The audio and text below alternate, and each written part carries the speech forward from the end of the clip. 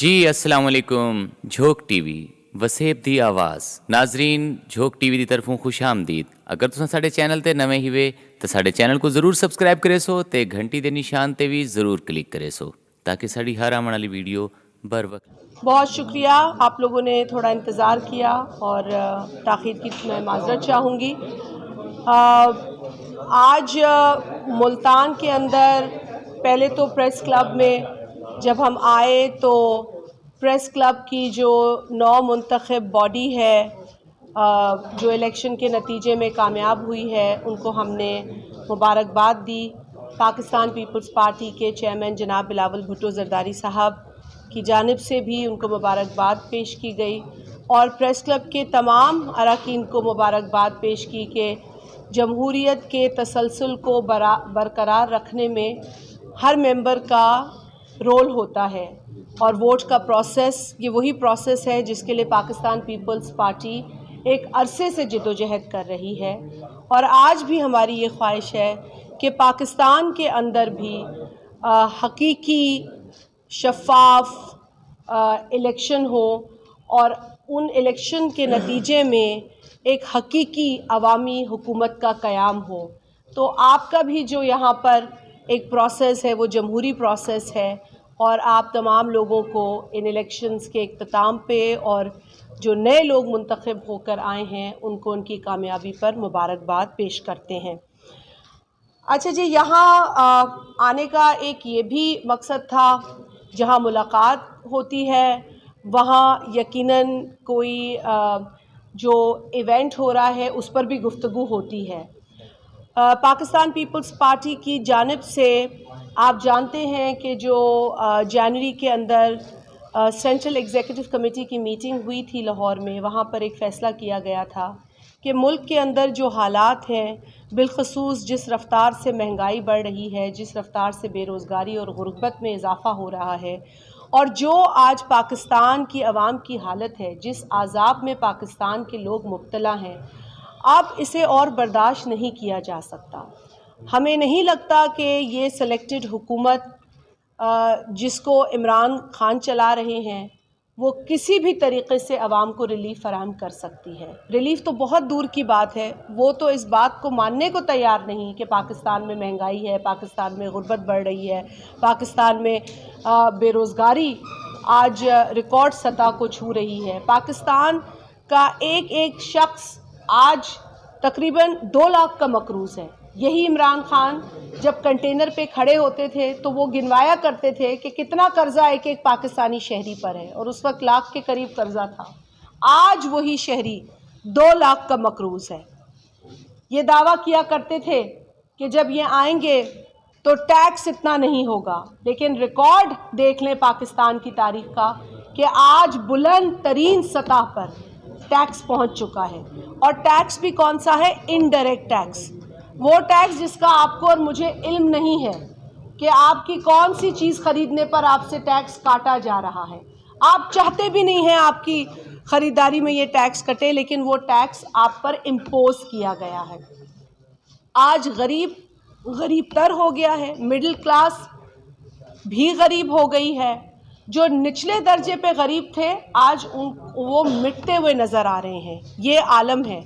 और जो भी तबका आप उठा के देखें, क्योंकि हम खुसूसन आज साउथ पंजाब में हैं जहाँ पर बहुत ज़्यादा ज़राअत के मसाइल हैं, बिलखसूस DAP और यूरिया जो आपके सामने है कि जिनकी कीमत ऑफिशियल सतह पर क्या है और वो बिक किस सतह पर रही है, वो भी ब्लैक में, और बाज़ औक़ात तो ये मिलती नहीं है, ये नायाब हो गई है।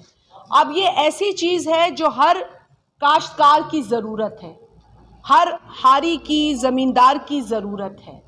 अगर हम ये फसलें नहीं उगा सकते तो फिर हम काटेंगे क्या और खाएंगे क्या? इसका ताल्लुक़ हमारे खाने से है, हमारी ग़िज़ा से है। और जिस तरीक़े से इमरान खान की तर्ज़ हुक्मरानी है और बेहिसी है, इसके नतीजे में खुदा न खास्ता जो एक बहुत बड़ा ख़तरा नज़र आ रहा है वो है फूड इनसिक्योरिटी का। हम जो हमारी ग़िज़ाई किल्लत है उसको हम मुस्तक़बिल में देख रहे हैं, क्योंकि यही हालात है। ये किस्सा आज ख़त्म नहीं होता। कि आज यूरिया नहीं मिल रहा या आज डीएपी नहीं मिल रहा या आज मिल रहा है तो हमारी पहुंच से दूर है, इसके जो दूरस्थ नताइज हैं वो बहुत संगीन है, वो बहुत ख़तरनाक है। ना सिर्फ साउथ पंजाब में बल्कि पूरे पाकिस्तान में किसान के साथ ये हालत है। हम सिंध में हैं तो सिंध में ये हालत है, सिंध के दही इलाकों में जाएं तो यही लोगों का रोना है, यही चीखो पुकार है। ये इमरान खान कहता था मैं चीखें निकालूंगा, वो वाकई चीखें निकाल रहा है। आज लोगों को दीवार से लगाया गया है। आज कोई शोबा, कोई एक शोबा पाकिस्तान में नहीं है जो ये कहे कि मैं मुतमईन हूँ, मुझे इत्मीनान है, इस हुकूमत ने अच्छा काम किया है। इस हुकूमत के ऑपोजिशन तो दूर की बात है, इसके अपने जो अराकीन हैं वो कौमी असेंबली में खड़े होकर दुहाइयाँ देते हैं क्योंकि उन्होंने अपने हलके में जाना है। मैं नहीं जानती कि अपने हलके के अलावा उनकी ऐसी क्या मजबूरी है कि वो इमरान खान को सपोर्ट कर रहे हैं, क्योंकि अगर आपके हलके का आदमी जो है वो महंगाई को रो रहा है, पेट्रोल डीजल तेल की कीमतों को रो रहा है, तो फिर कौन है जो खुश हो रहा होगा? अगर गरीब जो आपको वोट दे रहा है उसकी आज ये हालत है, तो अगर आज भी आप इमरान खान का नारा लगाते हैं तो फिर तो उनको अपने गिरेबानों में झांकना चाहिए, क्योंकि ये तो अवामी सियासत नहीं है। हमने तो ऐसी हुकूमतों को ठोकर मारी है जो डिक्टेटर और आमरियत की बाकियात होती हैं, जो आमिराना फैसले करते हैं। एक आमिर जनरल मुशर्रफ भी तो आया था जो 2 मुट्ठियां उठाकर लहराता था और बड़े बड़े दावे करता था। आज वो कहाँ है? आज उसको पाकिस्तान की सरजमीन नसीब नहीं है। उसने कितने लोगों के ज़िंदगियों का फ़ैसला किया, कितने लोगों की ज़िंदगियों का सौदा किया, हमारे मुस्तकबिल के साथ वो खेलता रहा। पाकिस्तान को इस नहज पे पहुंचाया कि जब शहीद मोहतरमा बेनज़ीर भुट्टो साहिबा पाकिस्तान तशरीफ़ लाई तो इस मुल्क में दहशतगर्दी हमारे सरों पर मंडरा रही थी। दहशतगर्द की बंदूक हमारे बच्चों के सामने थी और उन्होंने ये कहा था लियाकत बाग में कि स्वात में पाकिस्तान का झंडा लहराएगा। स्वात जिस खतरे में था उसके लिए मोहतरमा का एक विजन था और अल्लाह ताला का शुक्र है कि जब पाकिस्तान पीपल्स पार्टी की हुकूमत आई तो हमने उस कमिटमेंट को पूरा किया। लेकिन आज जो कुर्बानियाँ उस वक्त दी गई, पाकिस्तान की आवाम ने दी, स्वात की आवाम ने दी, मुख्तलिफ वो इलाके जहाँ पे दहशत गर्दों का कब्ज़ा था और कब्ज़ा छुड़ाया गया, लेकिन वहाँ की आवाम और हमारी सिक्योरिटी फोर्सेस की वजह से छुड़वाया गया। लेकिन आज यही इमरान खान उन लोगों की कुर्बानियों को अंडरमाइन कर रहा है।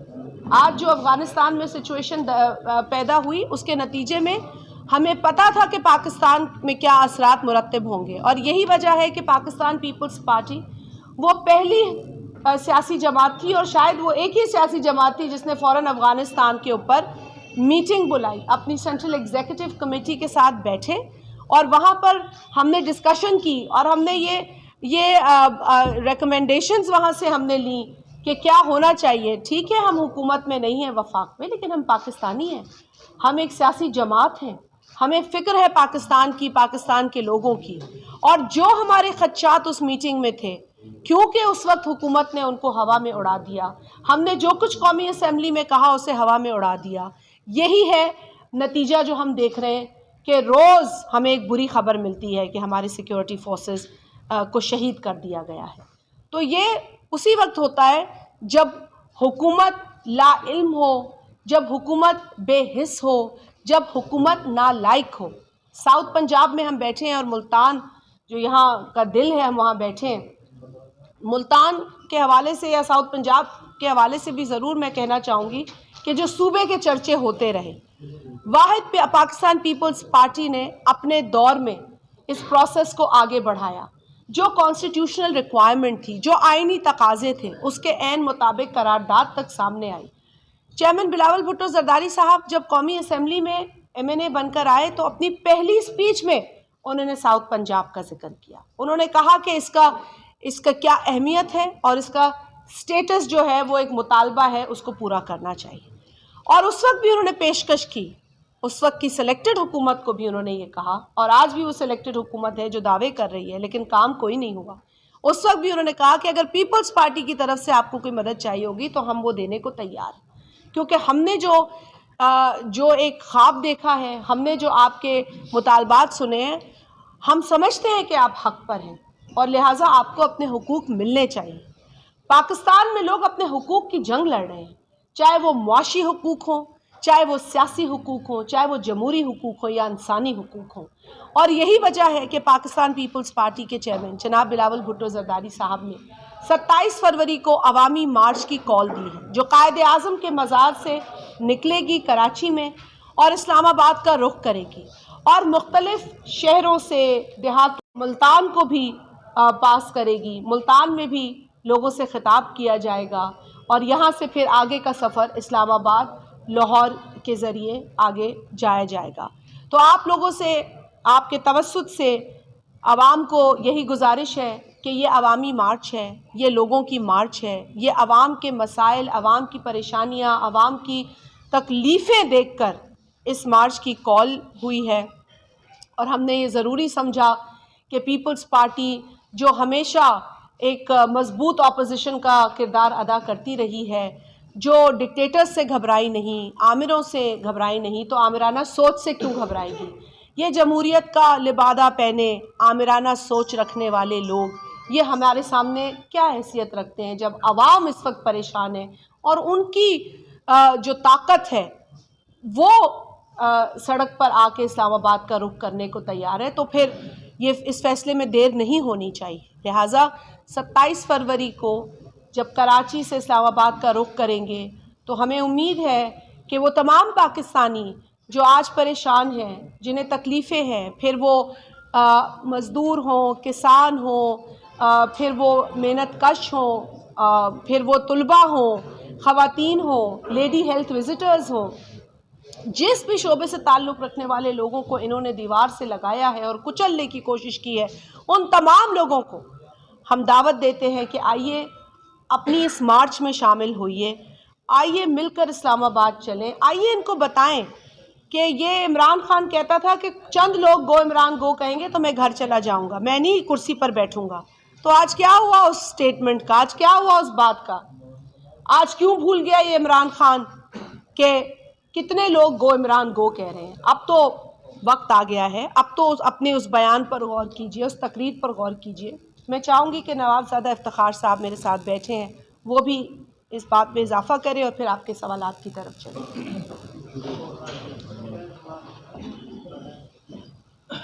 ये जो हमारा अवामी मार्च है ये 27 को कायद-ए-आज़म के मज़ार से शुरू होगा और ये इंशाअल्लाह ताला 8 से 10 दिन में ये इस्लामाबाद पहुंचेगा और ये हमारा मार्च कायद-ए-आज़म के पाकिस्तान की तरफ मार्च होगा, साबका पाकिस्तान की तरफ मार्च होगा।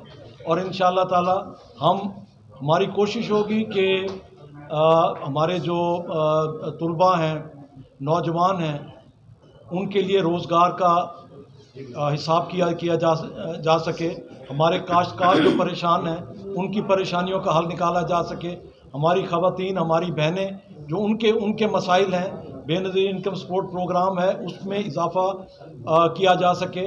और हमारा जो मज़दूर है इस महंगाई में जो सूरत हाल से वो परेशान है, उसकी माहाना जो उजरत है उसे बढ़ाया जाए।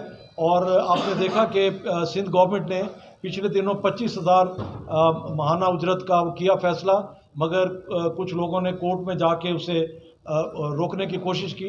हम इंशाअल्लाह ताला सुप्रीम कोर्ट में अपील में भी जाएंगे और अब हम इसे 30,000 तक लेकर जाएंगे इंशाअल्लाह ताला।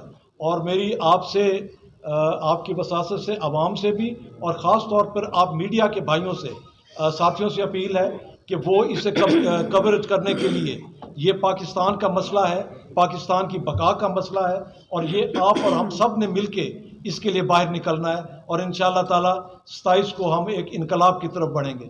शुक्रिया। ये दिमाग की जो बात हो रही है उसमें खासी पेशरफ होती नजर आ रही है। पंजाब की सूरत हाल भी आपके सामने है, तो आपका लॉन्ग मार्च किस अदम एतमाद की तहरीक से मुतासर तो नहीं होगा? देखिए, मेरा ख्याल है जिस तरीके से चेयरमैन बिलावल साहब ने भी कहा है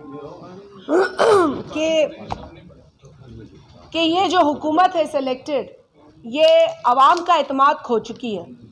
अगर आवाम का एतमाद होता तो फिर आज आवाम की दुहाइयाँ नहीं हो रही होती, माएँ बहनें बेटियाँ बदुआएँ नहीं दे रही होती। एक गरीब मेहनत कश मज़दूर किसान हारी आज इन्हें गालियाँ नहीं दे रहा होता। तो यकीनन ये लोग आवाम का एतमाद खो बैठे हैं। अब सिर्फ वो घड़ी देखनी है जिस दिन ये पार्लियामेंट का एतमाद भी खो बैठेंगे। ये उसी जानिब जा रहे हैं और इंशाल्लाह जब ये सफ़र शुरू होगा, जिसे कि हम नेशनल कैंपेन भी कहते हैं इस अवामी मार्च को, ये जो नेशनल कैंपेन है ये लोगों को मज़ीद मोबिलाइज़ भी करेगी और इस मोबिलाइजेशन के अमल के नतीजे में जो ही हम इस्लामाबाद की तरफ बढ़ते जाएंगे, उसी तरीक़े से जो इनका पार्लियामेंट के अंदर अदम एतमाद है उसका इम्कान मजबूत होता चला जाएगा। अच्छा मैडम, ये बताइएगा कि इसके बाद जी, अभी तक कातिलों को गिरफ्तार नहीं किया जा सका, सीसीटीवी फुटेज भी मौजूद है, इस हवाले से आप क्या कहना चाहेंगे? अभी तक कातिल गिरफ्तार नहीं हो सके। देखिए, बिल्कुल हमें अफसोस है किसी भी सहाफ़ी का अगर कत्ल हो, चाहे आम शहरी का कत्ल हो, बहुत अफसोसनाक बात है। लाहौर में भी एक सहाफ़ी का कुछ दिन पहले इसी तरीके से कत्ल हुआ, बहुत अफसोस हुआ। मैं समझती हूँ कि ज़रूरत इस बात की है कि जल्द अज़ जल्द इस पर कार्रवाई जो है वो उसके नताइज सामने आए। कार्रवाई शुरू हो चुकी है। कुछ तफसीलात जो हैं वो हैं भी और कुछ हसास भी हैं, क्योंकि इसमें जो मेरे पास तफसील है या जो थोड़ी बहुत मालूमात है उसके मुताबिक लोग किसी और जगह से आए थे। तो अब ये मेरे पास मज़ीद तफसील नहीं है क्योंकि ये हसास मामला है, लेकिन बहुत पेशरफ्त हुई है इसमें और जल्द इंशाल्लाह कोशिश करके अगर कोई और सूबा भी है या कोई और शहर भी है तो उससे भी पुलिस रब्ता करेगी और इंशाल्लाह इन कातिलों को सामने लाया जाएगा। वो यकीनन जो एक मजलूम है उसका खून रायगा नहीं जाएगा।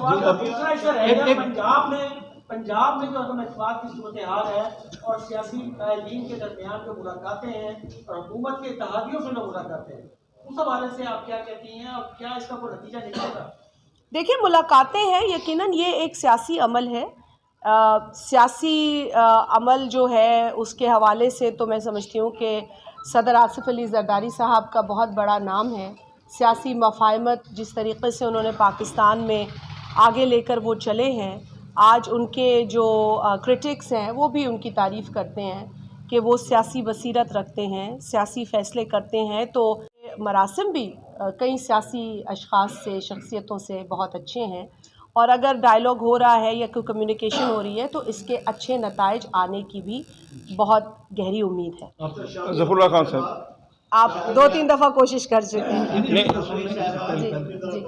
जी जी, सवाल ये है कि आप पीपल्स पार्टी हमेशा आज़ादी सहाफ़त का नारा लगाती रही है और आज़ादी सहाफ़त के लिए काम भी किया।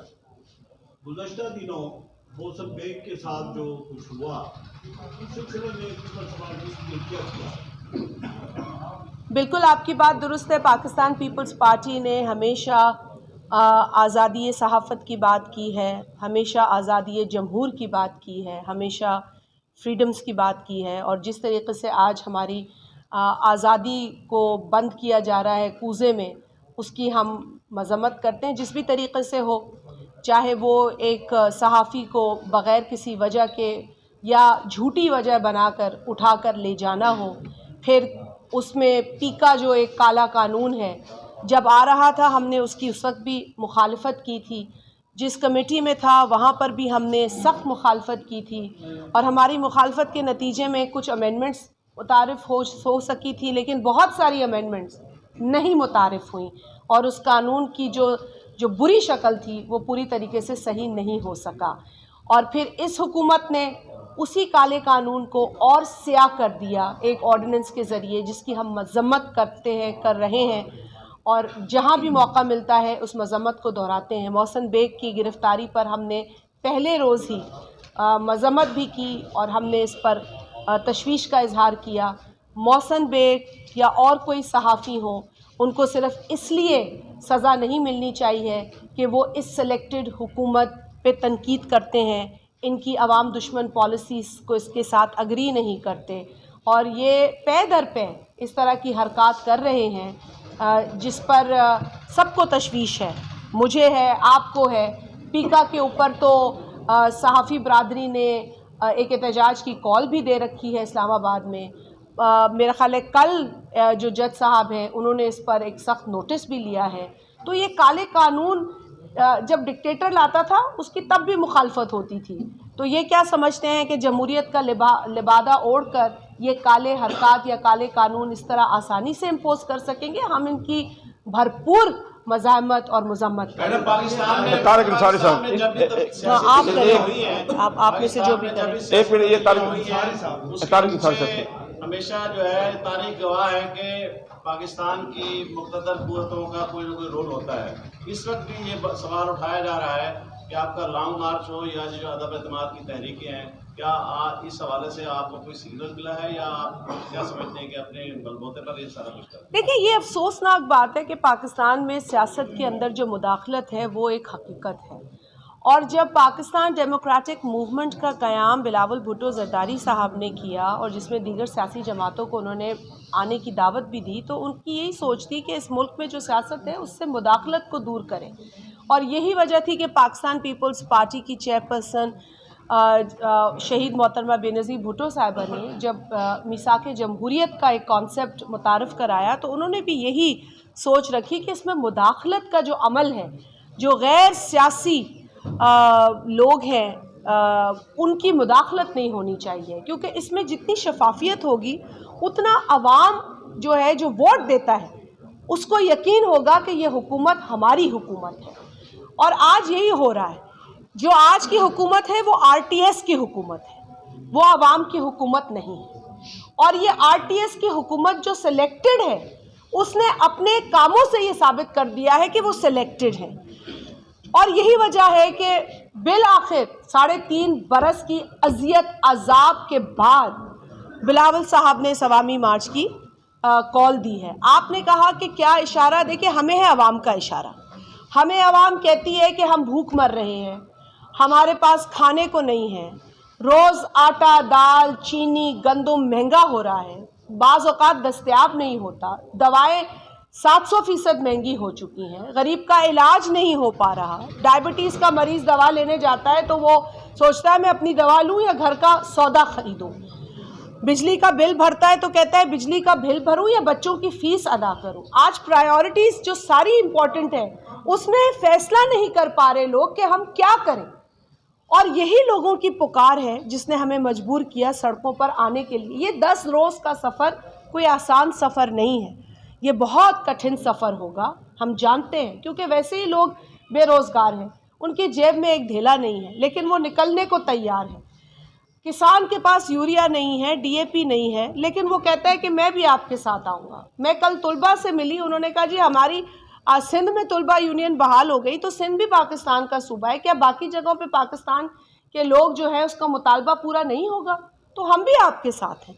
तो ऐसे बहुत लोग हमारे साथों पर आए। मैडम ये बताइएगा कि नॉन अब आप सवाल करें, आप बहुत शुक्रिया। उसके बाद फिर आप शाजिया मरी साहिबा, अगर हम पीछे 70 की दहाई से देखकर बताते हैं तो बहुत सी आप भी उसके साथ साथ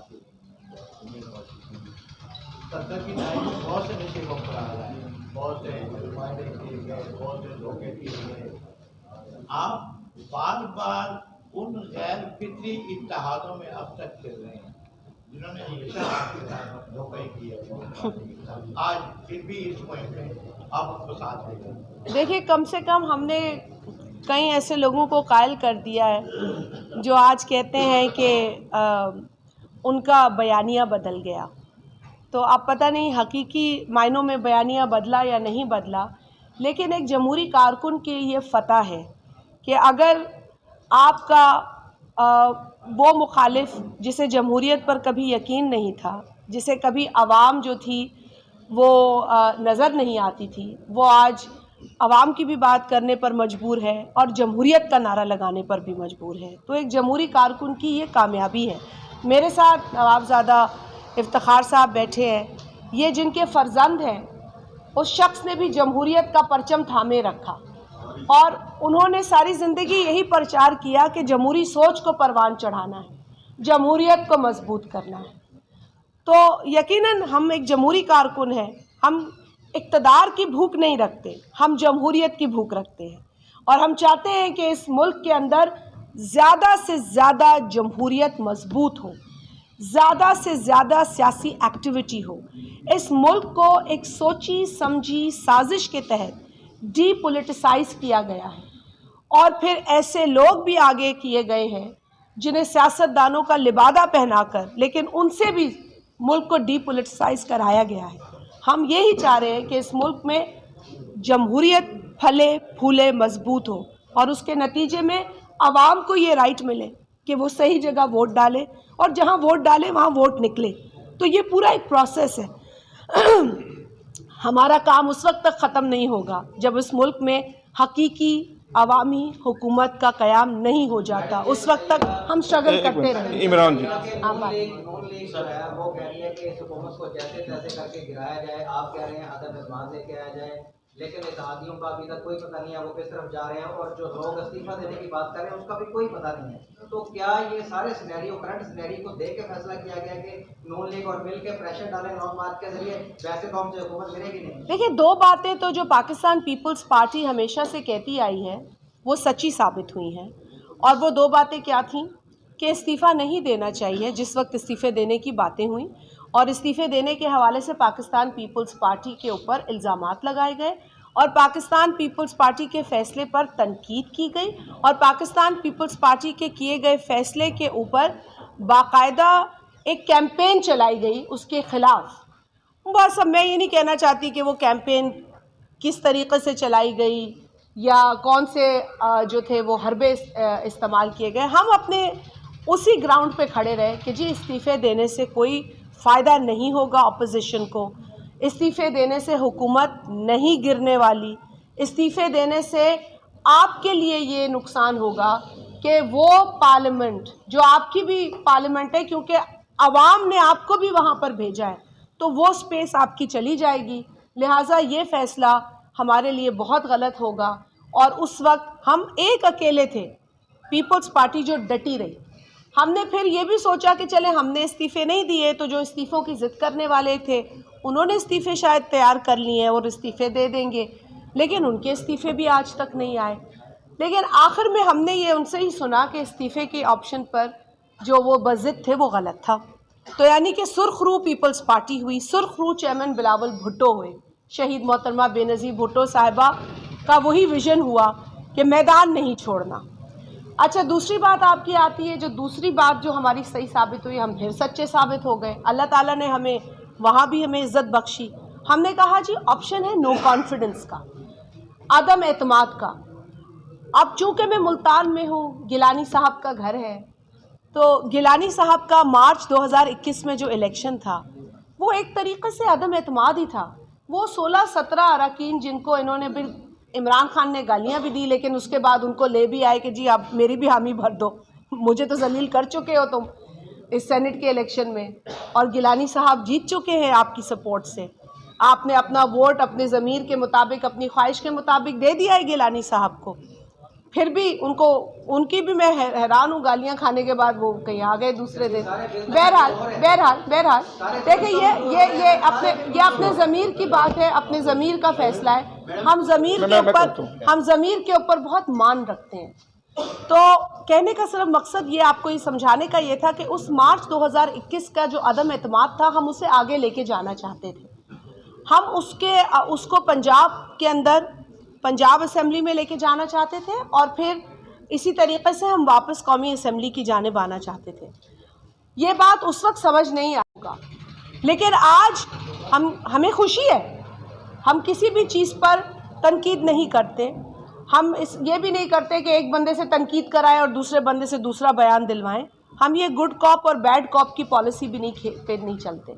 हम एक ही बात करते हैं जो सच है, वो ये है कि इमरान खान को अगर हटाना है तो आईनी जमहूरी तरीके से हटाना होगा और उसी अवामी मोबिलाइजेशन कैंपेन के ज़रिए वो जाएंगे जब आवाम सड़कों पर निकली होगी, जब आवाम गो इमरान गो, जो आज कह रही है, हर जगह बैठकर कह रही है, लेकिन सड़कों पर भी निकल के कहेगी गो इमरान गो। और उसी के नतीजे में पार्लियामेंट के अंदर वो लोग जो कल तक नो कॉन्फिडेंस की बात नहीं करते थे, लेकिन आज उसका सेहरा भी अपने सर बांधना चाहते हैं, तो बांध ले सेहरा, आवाम को निजात दिलाएं इमरान खान से, हम इसमें खुश हैं। शेख इकबाल, मेरे दो सवाल हैं कि एक 26 तारीख से पीटीआई भी जो है वो सिंध के अंदर मार्च कर रही है सिंध हकूक के नाम से।